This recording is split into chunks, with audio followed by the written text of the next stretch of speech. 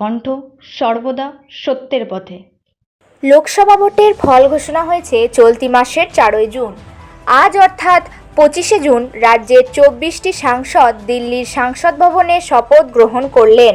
তারই পাশাপাশি এই দিন বীরভূমের তৃণমূল কংগ্রেস থেকে জয়ী সাংসদ শতাব্দী রায় শপথ গ্রহণ করলেন দিল্লির সংসদ ভবনে।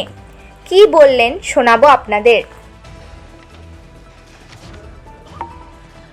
আমি শতাব্দী রায় ব্যানার্জি লোকসভার সদস্য নির্বাচিত হইয়া ঈশ্বরের নামে শপথ করিতেছি যে আমি বিধি দ্বারা প্রতিষ্ঠিত ভারতের সংবিধানের প্রতি প্রকৃত বিশ্বাস ও আনুগত্য পোষণ করিব।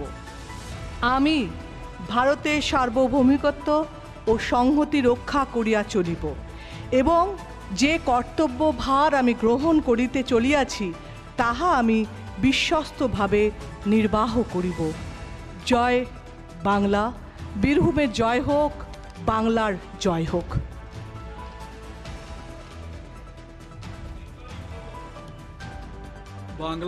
ব্যুরো রিপোর্ট, বীরভূমের কণ্ঠ।